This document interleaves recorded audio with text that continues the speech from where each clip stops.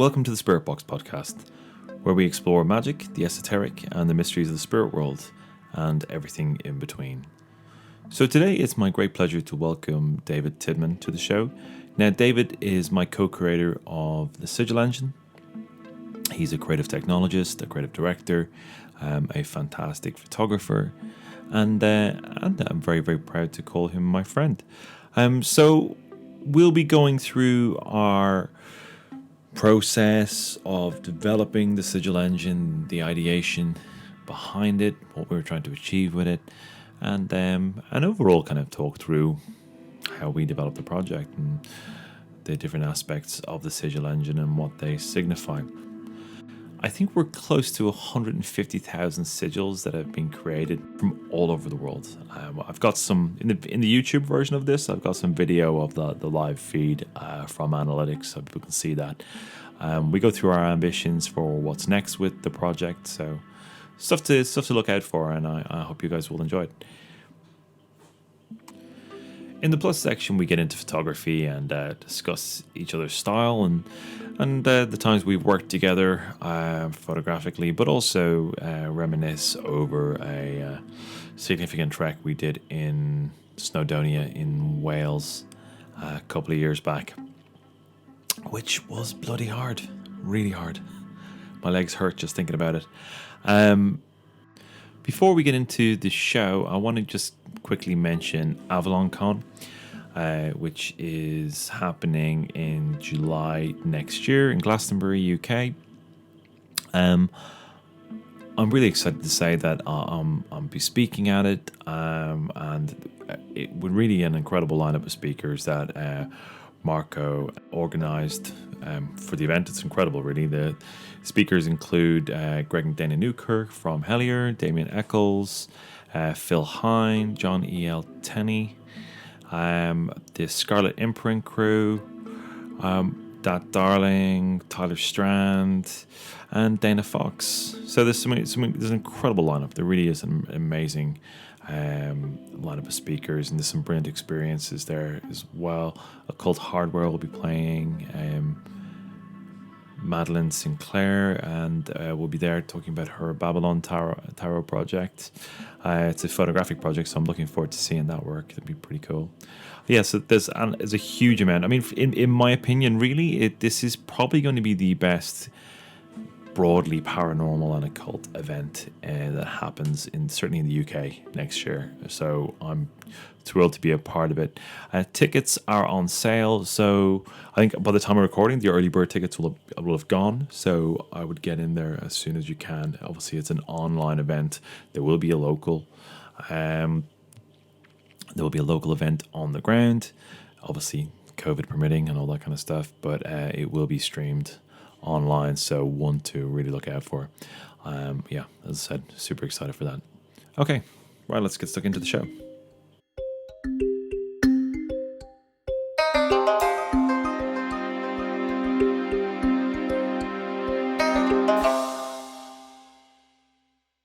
So those of you who subscribe to the podcast, and certainly those of you who are on the Discord will know we've launched the Sigil Engine project recently. That the Sigil Engine was really received really well. I mean, we've done over 100,000 sigils in like 9-10 days.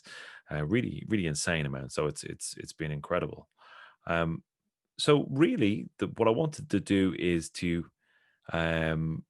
do a show specifically about the Sigil Engine and introduce you to my co-creator on the project, David Tidman, who is a creative technologist, a creative director, and a very fine photographer as well. We've so much in common, David. We've so much in common. You know? Yeah, we do. Yeah. And thanks for having me. Yeah, this is a great opportunity. Yeah, we really do. We really have sort of clicks, and since we met, haven't we? We've been looking for projects like this to sort of collaborate on and mix our skills. I think we've done that. Yeah, it's been a lot of fun, and I think to give people the background, I guess, as to why we did this really. Like it all started I mean, like a lot of good things do, started Yeah, in the pub over a uh, beer. over a beer, Yeah. chatting about kind of my explorations in magic, and the question of whether or not these things could be combined with Mm. technology, whether we could do Is it something. possible? Yeah. Yeah, do. Is digital magic a thing, or is it an oxymoron, or is it Mhm. something that's actually we can actually make? And Yeah, that's what sort of led us down this road. it And did. It did. We did a couple of prototypes. We sketched things out, and I should be very clear that David is the technical whiz kid behind it. And I'm the one who goes, "Can we make the reds more red?" And yeah, those of you who've done your time in agencies will know. yeah, We'll know. yeah. And I guess You know that your hex colours. for context, I mean that's kind of where you and I started working together in agencies years ago now, and Over 10 years now, isn't it? yeah, it's 10 So years. yeah, Yeah, our first agency. Mm.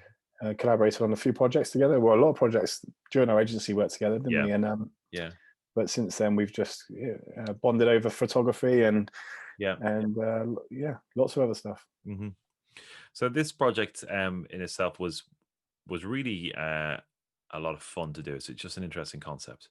And one of the things that we wanted to achieve from it was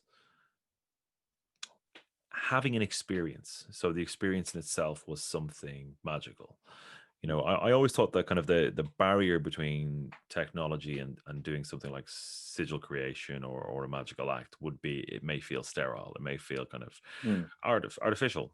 Um, yeah, and I think that's a valid criticism. It's probably yeah. where my own area of like, I'm not really sure whether or not this would work came from, and this is kind of Mm. the reason we started the experiment. So, That's well, the look, conversation came from, wasn't it? Was yeah, literally from that. It yeah, was. let's find out, does this work? And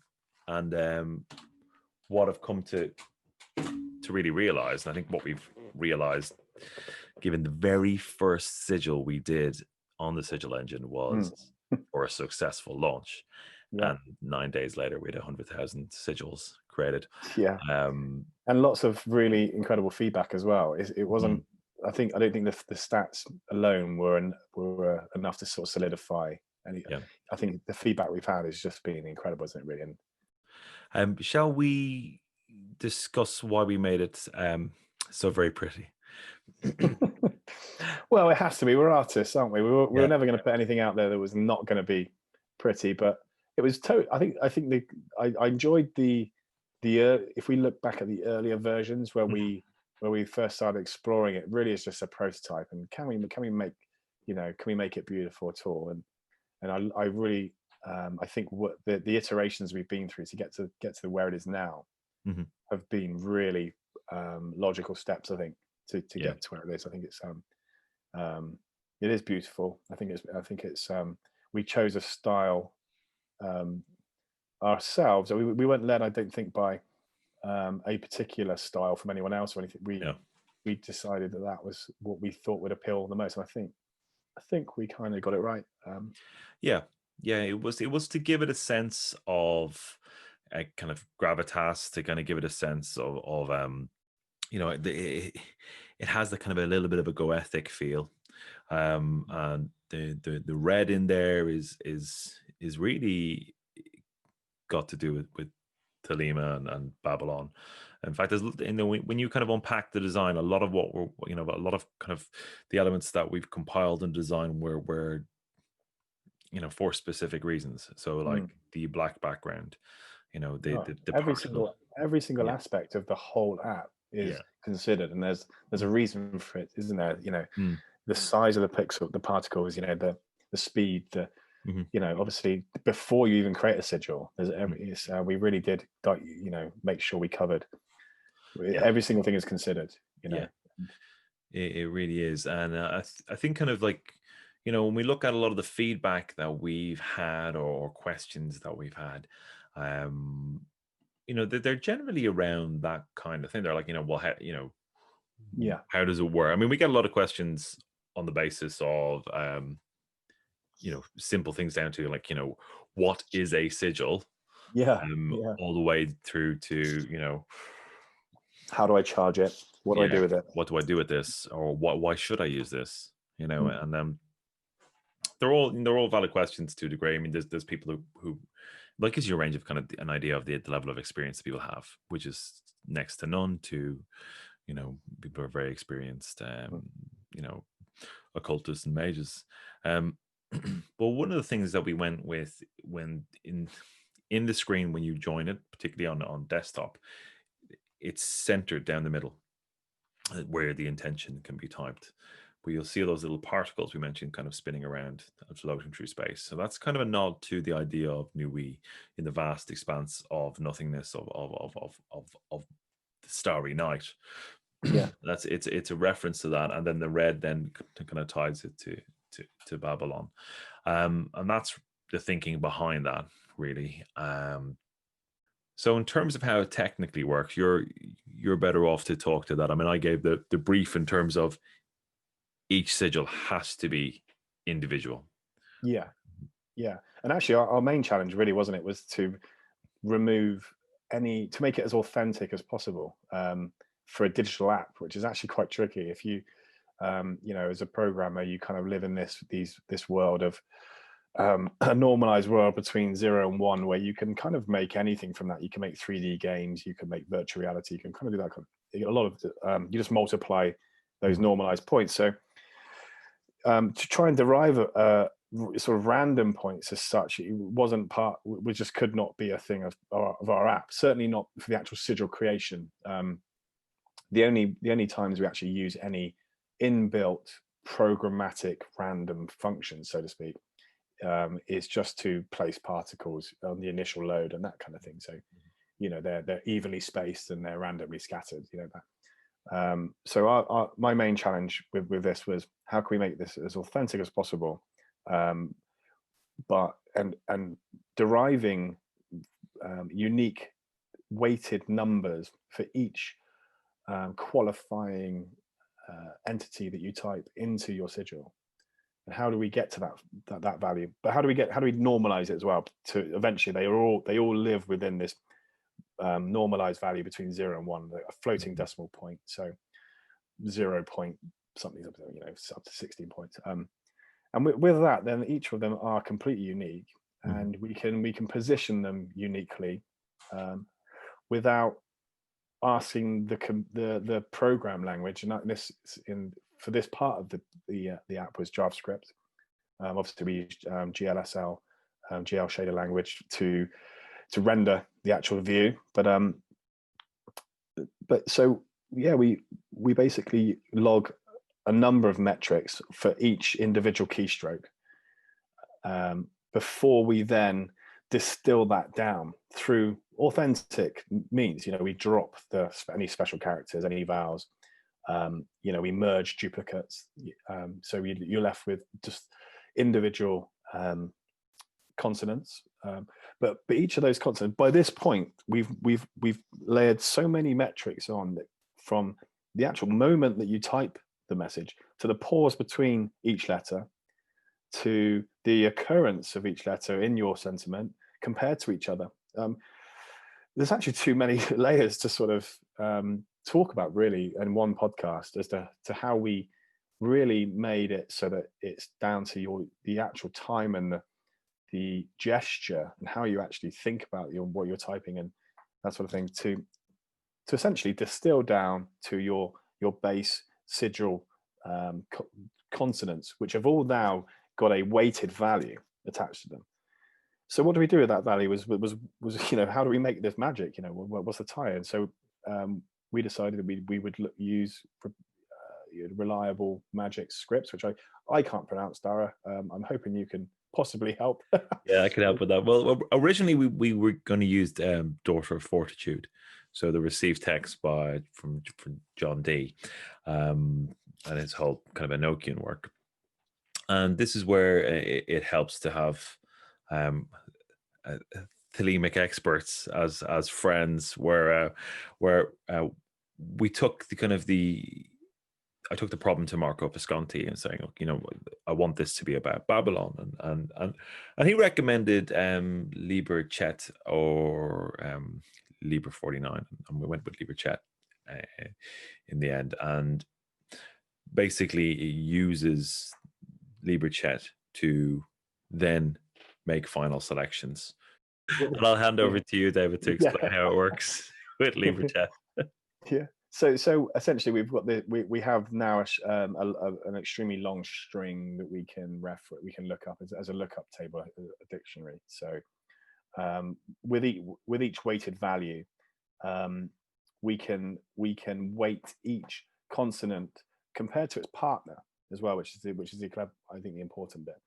So then that gives you not just a unique weighted value for each consonant. Now I hope this is making sense. But it's got also a neighbor value to it as well, either side of it, which we can then look up in the script that we chose, and we see how they are raised. Each of those values relate to their neighbor in the text, and they will also carry a weighted value for going through the same algorithm without using any inbuilt math equations. So what you really get then is a really unique, very extremely large number. Well, so in fact, it's an object with 3 numbers in, which is the main weighted value for that consonant, and each of its neighbors to each side of it, and their value. And then we essentially just normalize them all between the value of 0 and 1. So they could be in huge numbers multiplied by each other, and you just normalize them all. So essentially they will all live within the same.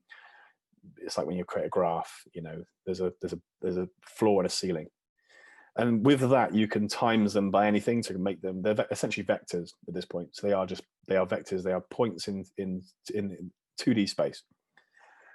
Now we chose to create the actual aesthetic of the sigil based on the total number of actual consonants available, to 21. So there's 21 points around our sigil.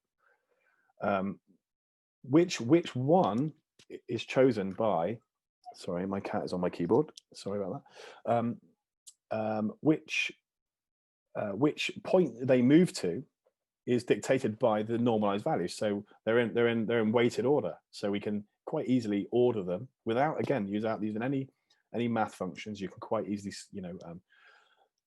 just create a recursive loop and just keep looping through until it places the smallest value at the back of the array and the biggest value at the front, essentially. And then that is what we choose to how we scatter them around our sigil, and then we draw the points from the least weighted to the highest weighted. And when we first plugged it in, and we didn't really know what would happen, and we were just hoping it would look nice. I think we're pretty blown away by what it actually did and how it drew. And I think we were a little bit hooked on just creating loads when we just before it was live, before there was any sort of database or any way of. It was just purely in prototype stage. We were just couldn't stop making sigils. It was just really beautiful. And yeah, and so hopefully that's and then that really is a shallow dive into it. There's if anyone's ever, we could definitely do a whole series on how we did it, and it's hopefully that kind of demystifies some of the tech and explains where we got it from. Thank you. I think that'd be really useful for people to get a grip on kind of how it goes together. And I think the thing that magically is really important there is that each one of these is entirely individual. It can't be replicated, but it's also down to the moment. The exact so that's the time experience you're having, the time frequency of speed of the keystrokes, the pattern, the mistakes, whatever. The mistakes, there's so many layers to it, so many metrics that, and you've just touched on them now. It's every single aspect of how you type it, and even if you deleted it all again and started again, that would be a part of your sigil, a part of the process. And that was the real challenge for me. That was really my main input in this project, besides actually building it. Was and but that was it, wasn't it? It was trying to in the process of digitizing this process of looking at it as technomancy, we wanted to replicate as many aspects of the analog process as we could, Yeah. to be as authentic to the process as we could be. Now, but we chose to use specific parts. So, like, for example, people tend to do sigils through square models.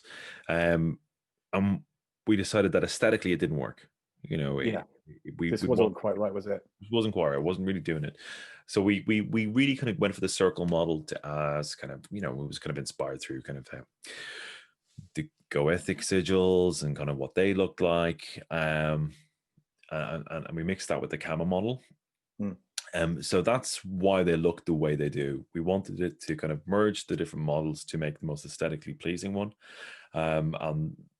Because we thought that's part of the process. I mean, ultimately, when you're boiling down your sigil, when you're making that symbol, you have to get to the point where you feel like it's pleasing to you. And we replicated that kind of that part of the journey in creating a sigil. We replicated that through the animation. The animation that is specific to your sigil, to the specific time that you're doing, to the keystrokes, as we've already discussed, but then it presents in a beautiful way. And that was again, it was intentional. It was to give it that feeling. Well, it's right down to the actual keyboard. We made our own keyboard. We didn't rely on any crappy, sorry to say, iPhone or Android or desktop. It's a hand-coded keyboard. We built a keyboard from scratch so we can have beautiful red pulsating letters when you type them. It was another week's work, really, wasn't it? But just because we really were just locked on the aesthetic and I think like you said, I think we at some point we were never going to please everyone. We were making something which in itself is magic, isn't it? It's making it out of thin air, really. Thin air and programming. And a couple of beers, it's magic. And I think it was a really good decision to say, this is our project, and we have to make some decisions on this, some decisions which might be a bit controversial, and making it circular and it was a really strong decision, I think, and I think it's actually we've had absolute minimal kickback from it, really, have we? We've not. I think no resistance. Yeah, it's been really warmly received.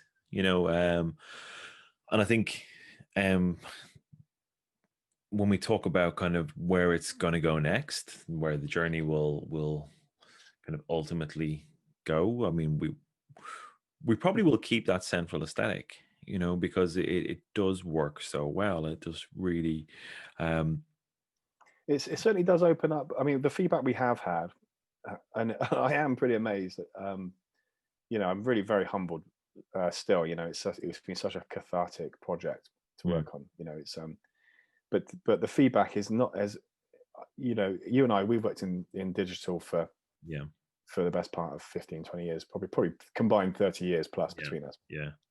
And you kind of expect there's a baseline expectation of just people just dissing it and not liking it, and just normally you just kind of say, okay, a quarter of people are you're gonna get a lot of that, and at very worst, possibly a third of people are gonna complain.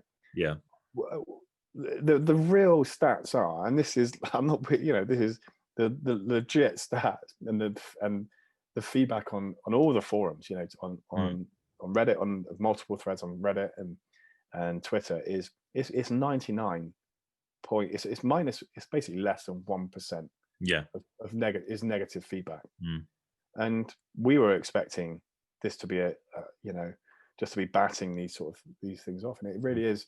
It's more just advice as well. It's like, oh, I'd love to be able to make this with using this sigil model rather than the model you've used. Is there a way you can easily make that? And as it is now, probably not easily, but it does open up an awful lot of possibilities going forward for creating mobile app, native apps that you could possibly choose your method, and it's definitely got a lot of legs, and I'm totally overwhelmed with the positive 99% positive feedback is more. Well, we've seen some really cool things, and I mean to really kind of touch on what you're saying as well, is like just the warmth in how it's been received has been fantastic, and I kind of, it's overwhelming, isn't it? Actually, really is. Yeah, it really is. We weren't prepared. I don't think we were prepared. Sorry to butt in, but I don't think you or I were prepared at all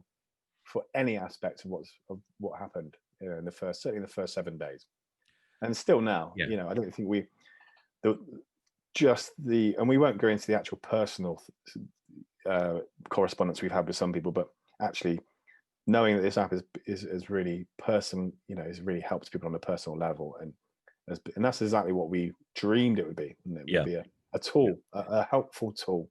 Yeah, I mean, that's exactly it. It was something we wanted to make, something that was cool, felt special to use, looked different to anything out there. Yeah.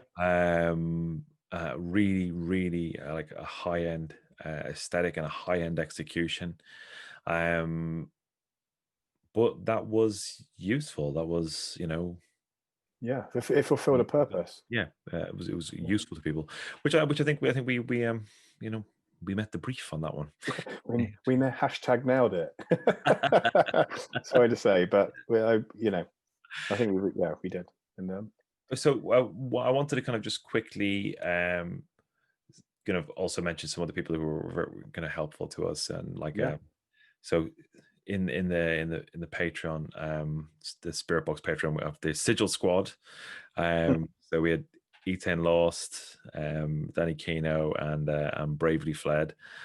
All did some fantastic work doing the UAT with us and really helping us. Thank them very much. Thank you. Really helpful to just kick the tires on it before we released it to the wilds. We picked up a couple of bugs in there, which were really useful to find. It was a really good QA team. It was really good. Kept it tight. So we're dipping in a bit into kind of some of our experience and talking through basically testing, delivering, and the creative process of the fun bit. Good digital product development. But I suppose looking at where we're going to go next, because the other bit we wanted to talk about, the other bit that we kind of ideated on before, was the idea of like, well, how do we hypercharge these, right? And there's two elements to this. So one is the amount of psychic attention that is going towards the Sigil engine is huge. So I mean, when we were chatting about this, was it Thursday? And we were on about 100k sigils then. So Thursday, it was Thursday morning we hit 100,000. Yeah. And we're on Sunday now, so we're actually approaching 150,000 now. Yeah. Well, if we rounded it up, we're at 130,000 sigils. Yeah. Which again, it's remarkable. So there's a big kind of, there's a lot of attention, there's a lot of psychic intention and emotional intention going this way. So I feel in itself there's a momentum there, and there's a momentum there that will be charging people's sigils and intentions. I think one of the big things is people have to kind of really think about, to get the most out of the tool, is what is their intention, and really consider that.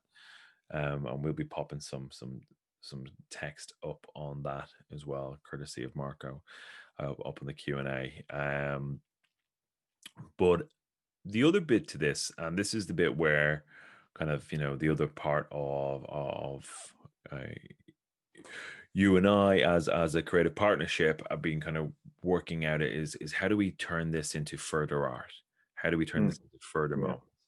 And that's stuff that I'm really excited about. And kind of some of the initial plans that we have are we're going to be projecting the sigils onto really places of interest, like Cliffs of Dover, Glastonbury Tour, all that kind of stuff. Well, that was when we didn't know how far it would reach, I think, as well, wasn't it? It was, because the idea was we'd hire a trawler. You know, hire a trawler and a high-powered projector and project them onto the sigils onto the cliffs, and project everyone's sigils there to hypercharge them. The problem is now that there is so many. I think when we did the count, we worked out that if we did 5 a second, it would equate to, I mean, quite. So if we could project 5 a second, so this was on Thursday. So if we did 5 a second, which is probably what the human eye can actually absorb. Yeah, I mean, even on a subliminal level, you know. Yeah. 5 a second. Yeah. It was over 6 hours. Well, if I recall correctly, it was something like, it gave you a figure of something like 6 hours 66 minutes. Well, it did. It did. Yeah, no, it was definitely lots of sixes. It was like 6. Yeah. I didn't want to say it, but which to me was well, I mean, from a telemic perspective, it's not a bad thing. Okay, but can I just say from and I know there'll be a lot of people listening to this going, that's impossible.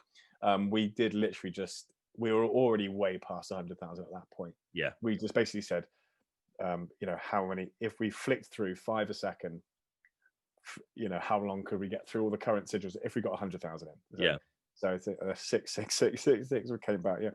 But so, and that's hours, man. That's 6.6666 hours, you know. Yes. And I don't think anyone's going to sit on a boat. No. And after a while, I think the mystique would start to wear off. And they're like, yeah, I'm a good 5 minutes in now, and I'm fully charged. Can I take you back to land now, please? Yeah. So we'll have to revisit that. I think what we're going to. Well, I think maybe this is an opportunity to open it up to the community as well, and just sort of, you know, if there's any suggestions. I mean, some creative ideas. You know, these are, we've got the raw data to be able to redraw these sigils. Yeah. And it's what do we do with them? You know, we had an email from the South Georgia Islands. Someone reported they sent it to their friend in the South Georgia Islands.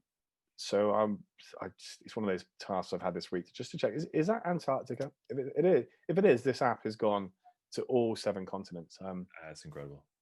I don't know if it is though. So someone, I mean, I should have done my research first, but well, I think I've seen that in the Atlantic. It's definitely near. It's definitely near Antarctica, and I know you can do. Well, there's somebody. I mean, I don't know where South Georgia Island is. Is that down in the Antarctic? Oh yeah, it's off the bottom of Patagonia. Okay, I haven't seen them in the Atlantic. So, but essentially, and we weren't prepared for this. To create something that within a week or just over a week was connected with across all 7 continents. Yeah, you know, was just way past what we thought, and so in fact we can't, like, choosing a landmark that's accessible to us on a budget we've got. Yeah, actually it isn't possible, is it? So we you know, this, I don't, where this can go is really an open forum. Yeah, I have an idea of how we can do something. And I think we need some sort of overarching sigil that we can that like a master sigil that would then invite people from all over the world to project it on something or to do some sort of expression of the sigil. And then we aggregate that all into a film, something like that. But then before we kind of get into that, there was somewhere off the west coast of Africa, there was another island as well. That's right, Ascension Island. Island. In fact, that was quite early on. Do you remember when we first looked at the whenever I've checked the analytics, it's been there. This pings up. So there's something, and it's definitely it's absolutely. What I wanted to double check, because obviously I am, you know, acutely aware that, you know, you need to get your facts right with this sort of thing before you start claiming things. So, but there's no actual sort of VPN hub on Ascension Island. So well, you have done your research, haven't you? Yeah, exactly. You know, it's not not not actually somebody in Nigeria. It actually is Ascension Island. Yeah, they're not VPN into Ascension Island to pick up on their on the local you know, off in Mexico right now. Yeah, dude, you know, it's been great.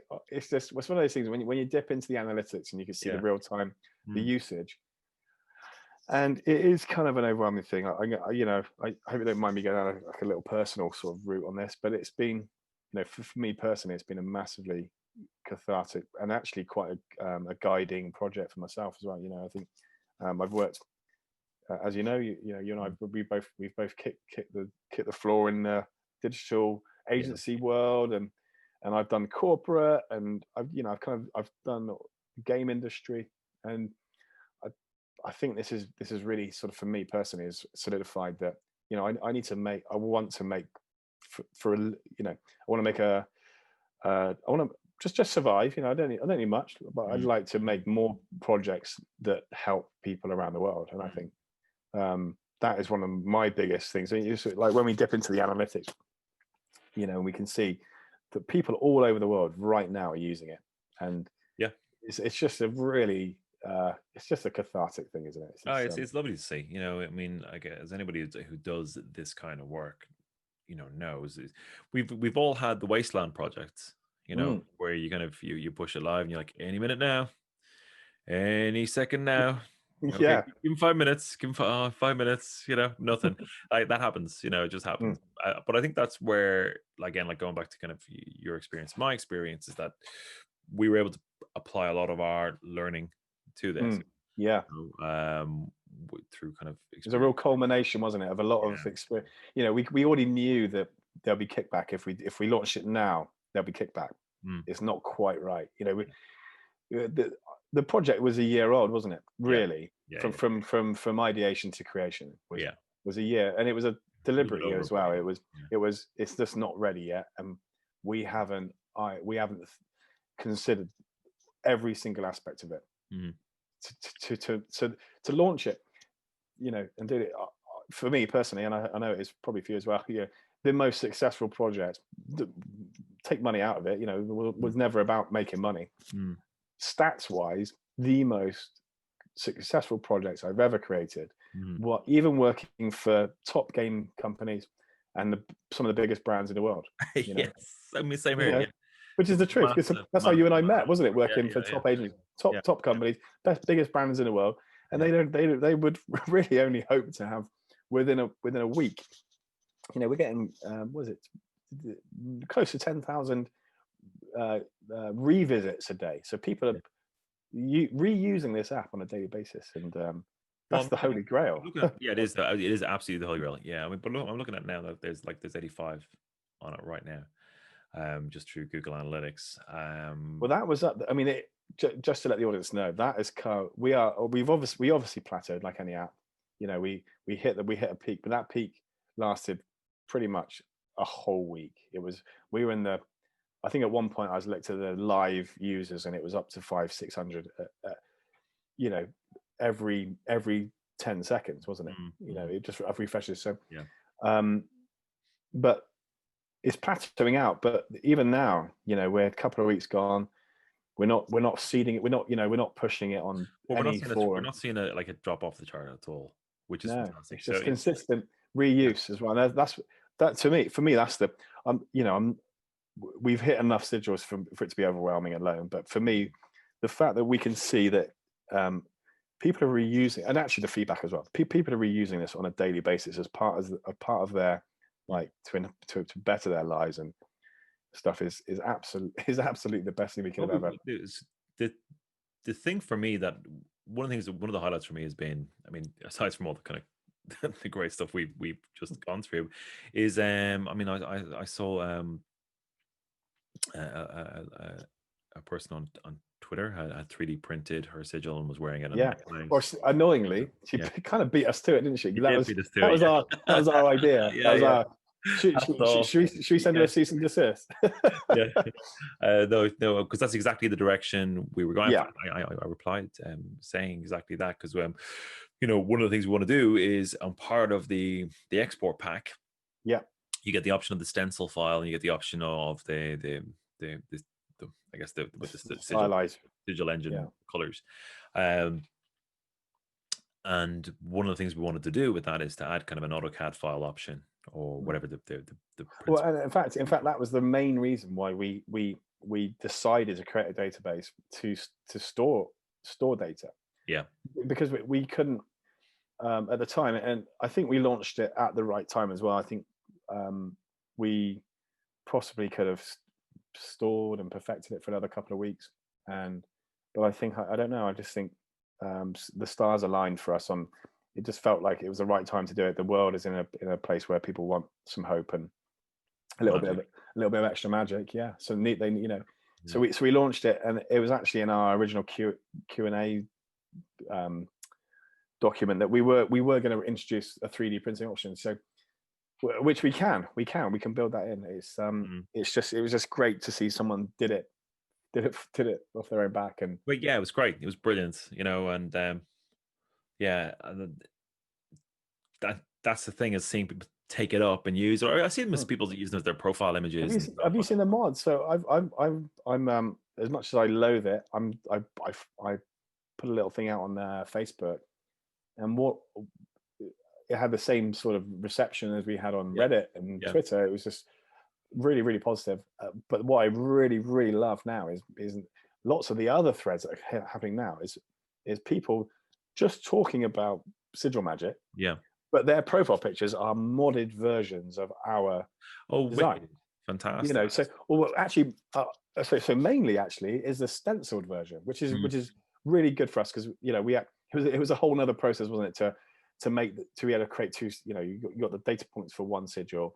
We could quite easily just say down, you know, screen grab this screen. You know, that's a cheap way of doing it. Yeah. But we were like, no, we want people to possibly use this in other things, and to see that was taken up, and to see other people put it into motion. You know, people have actually given it some sort of fractal effects and cool kind of thing, and it's all based on our original thing, and it's a little kind of bit of a movement, and it's really great to see.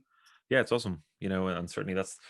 And can I say that 3D digital sigil that she printed was incredible. It was actually, if we were printing them, it wouldn't have far off that. You know, she followed our aesthetic, didn't she? Yeah, no, I think she did an amazing job. Great. Yeah, you did an amazing job. Thank you. Yeah, thank you. You beat us to it, but we appreciate it. You know. What was I going to say is, so when we kind of look at how we bring this on to the next stage, we spoke about it creatively. We spoke about it in terms of hypercharging it, and I think we'll do maybe kind of a video on that, inviting people to project it or do some sort of artistic rendering of their sigils, film it, and then send it back to us, and you know, I'll make a film out of the whole lot together, and we can use that as the hyper sigil in itself. We're going to do a short stack of sigils as well. I think we'll do something like just 10,000. Otherwise, people will be there for. Yeah, and we talk about even less than that, to be honest. Themes as well. We're looking at kind of themes in the intentions. So people are clear. Like we don't have any personal identifying data in the database. We have the points of the sigils, and we have the raw intention data, and that will all get vaped in every 6 months. That gets we purge them every you know, as you would a normal sigil. They are finite.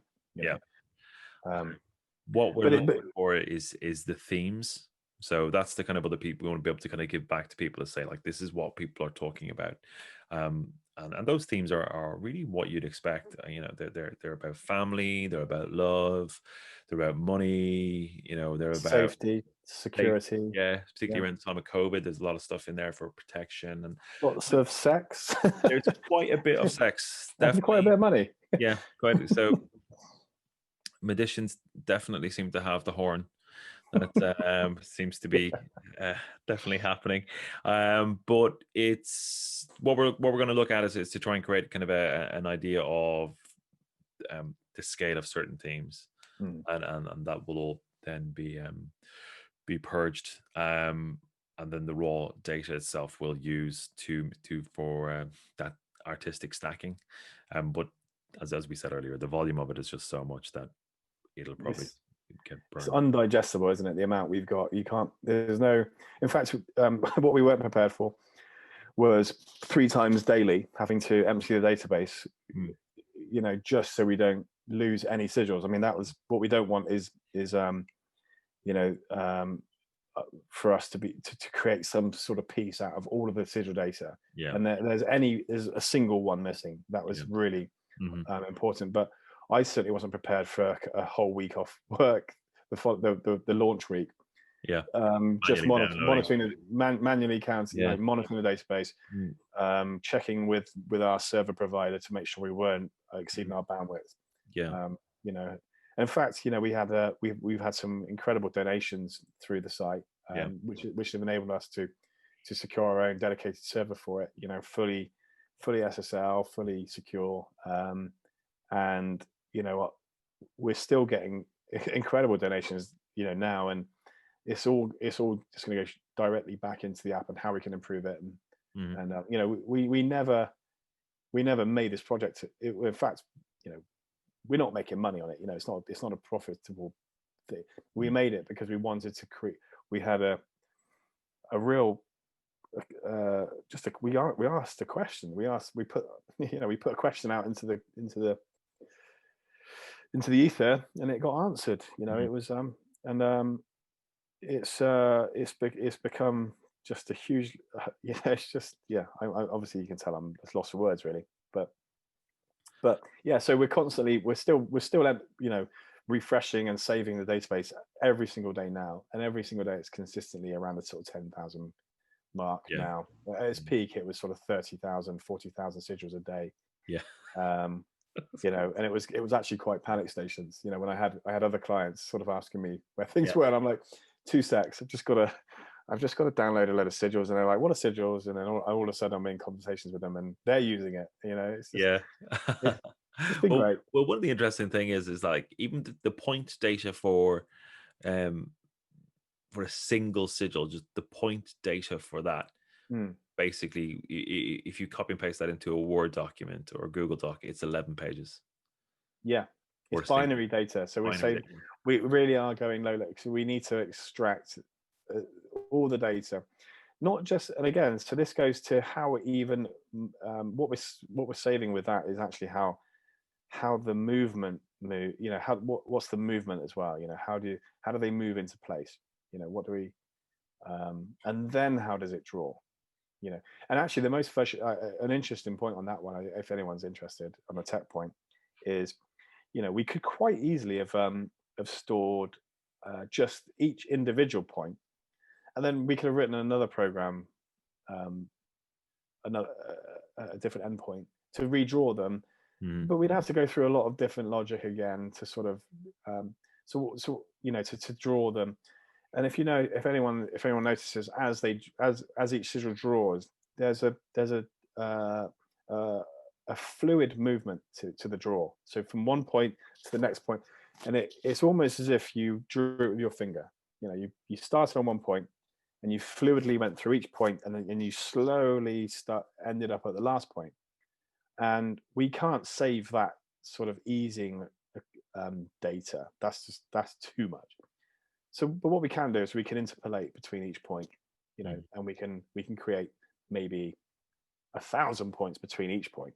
In fact, we create 1,028 points between each point. 1,024 or 2,048. Sorry, so 1,024 points between each point.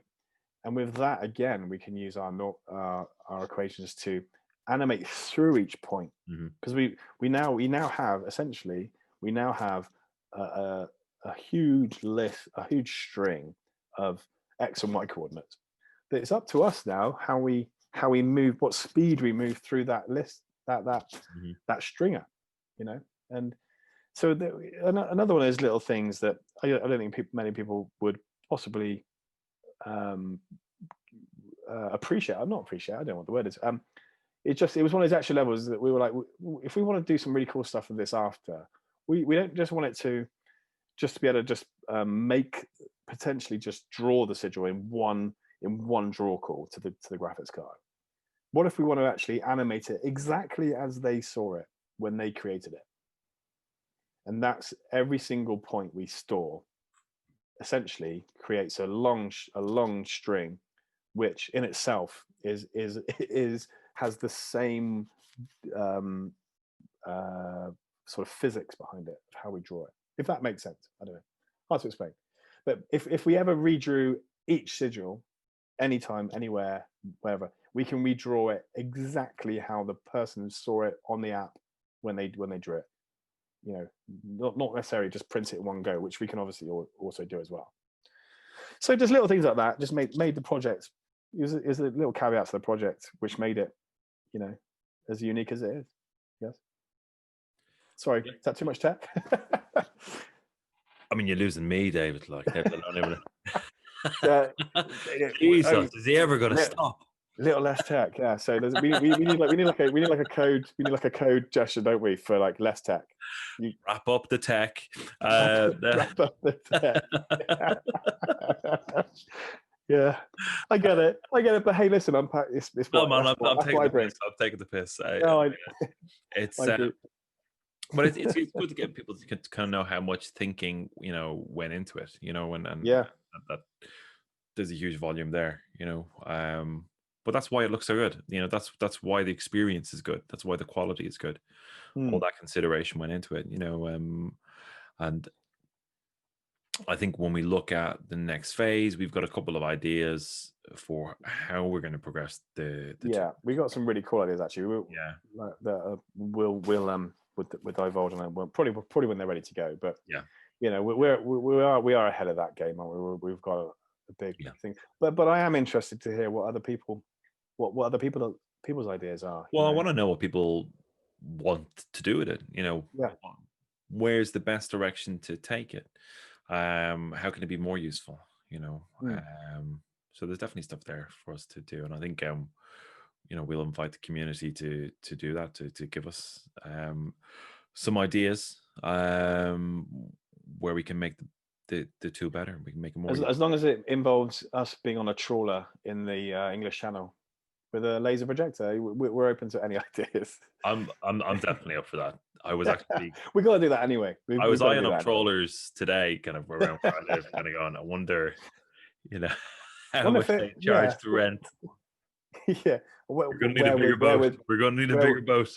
Yeah. Brilliant. Well, you know, even if we had 5 projectors, you know, we'll be there for 6 hours. So, Jesus Christ, it's ridiculous. It's crazy. We created a living, breathing kind of thing, and it's now, you know, how what do we do with it, and how do we charge? How do we really add more energy to it? And I saw a really interesting post the other day. Someone was like, God, can you even imagine the amount of energy all these sigils is out there right now? It's making, you know, and you know, and actually, funny enough, you know, I've had some really, really good positive luck and good vibes, and you know, for a project which I thought was, I don't know, at the time when we first talked about it, possibly I thought it was esoteric, and I didn't know how big it could go or how far it could go. It was just a real curiosity. It's really solidified to me that there is a higher power in this world, and it is, if you put really good energy out there like we did, you know, it comes back, because you know, I cannot account for the amount of good luck and just good things that have happened to me very recently since we actually started the project and since we built it, especially since we launched it. And I've had the same. I've had the similar experiences. You know, when we discussed this privately, you know, what I was going to say is, you know, some reflections on this as well is that,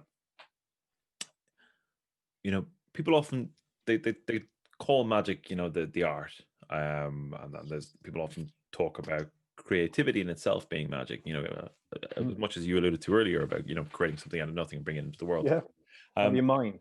Yeah, and I feel this process is the same. You know,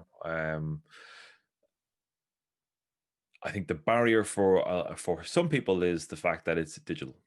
You know, but and completely understandable as well. It's an analog. It's been an analog thing for millennia. Yeah, you know, totally. we're just saying, hey, this is a different way. But it's you know, and fundamentally, you know, one thing that we're very clear on is that we're not suggesting that the Sigil Engine is better than any way at all. No. And we're just saying, try it, see what works. Well, I mean, I think the thing for us Next, I guess, is we'll come out with that stacking film on it to show what it looks like when we whiz through a bunch. We have to work out what number would be, you know. We're getting a lot. We're getting a lot of requests for the native app. Obviously, Yeah, it makes makes perfect sense. So we are. That's obviously on our mind as well. But that's a whole different beast, and I think everyone. Well, it's a longer piece of work. There's an awful lot more to. It's a more complex build. Yeah. But it's great to know that there's a, people want this tool in a digital format. I mean, that is what we did not know. That was our question, wasn't it? Does this work? And as we said earlier, the feedback, the personal emails we've had back is it has worked. Yeah, we've had a number of quite cool success stories from unbelievable success stories. It does work, and there's no two ways about it. And so what can we do with it next? And we're both capable of taking this further to so. Well, I think we definitely will. So I think we're coming up to the hour there. So I think if we wrap up, and hopefully that answered a lot of. Hopefully that answered a few questions that we get a lot of. Well, the traditional wrap up point is to ask, where's the best place for people to find you? Myself? Yeah. But not your house, like. Yeah, well, yeah. I was just about to get out my Yeah. So like, again, I'm not in this for plugs or anything, but and actually, I've postponed my own personal portfolio build to create this now. But you can find me at davidtidman.co.uk. That's DAVID, David Tidman, TIDMAN.co.uk. You'll probably land on a very old, shitty cargo website, but it'll give you an overview of projects I've worked for, the brands I've worked for. But my photography work is at davidtidmanphotography.co.uk, and that's updated a lot more than my old digital work. But we got it's in the Sigil Engine, isn't it? It's all in the Sigil Engine, and fortunately, there's not many David Tidmans around, so you just unfindable on any platform. So on Twitter, I'm Tids __, which is annoying, but TIDS __. I think we've pretty much covered most of the Sigil Engine stuff. Yeah. I'm trying to think really what we've been asked on the emails, and it's really, I think we have covered most of it. It's yeah. So we will be looking at a native app. It's a longer piece, but I think some of the things we were discussing really were things like people being able to kind of remember what their sigils were for, which kind of goes against really doing sigils. Part of the point of it is to forget what it's about, but people do what they want, right?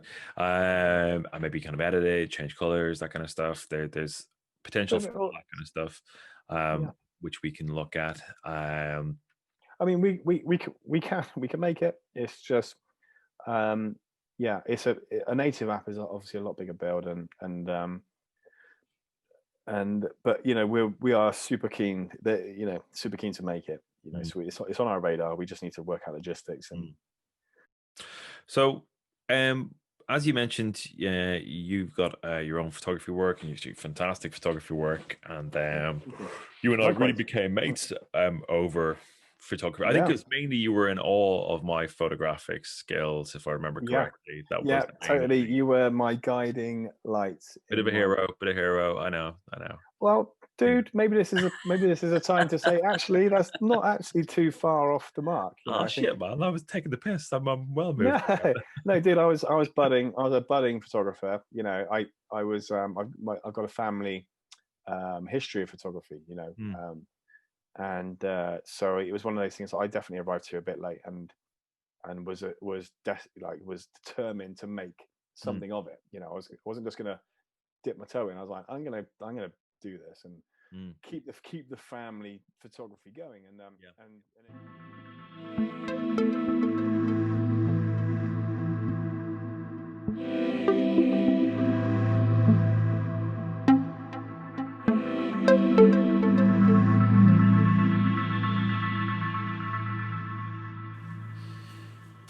if you'd like to hear the rest of the conversation, then sign up to the Patreon and get the Plus show. You get the show a week early and a host of other benefits. And we're getting a cool community there as well. Some really, really nice people that I'm very happy to have on the Discord. So do come and say hello. You now have the inside scoop on how we constructed the Sigil Engine, but I can imagine the amount of thinking that went into creating a structure that will allow for an individual sigil to be created according to a specific moment in time and how the individual interacted with their device. It was a lot went into it, so I'm really glad that you guys are getting a lot from it too. Okay, that's it for the show. All the links to David's presence online will be in the show notes, along with the link to AvalonCon, and of course Sigil Engine. We'll leave it there.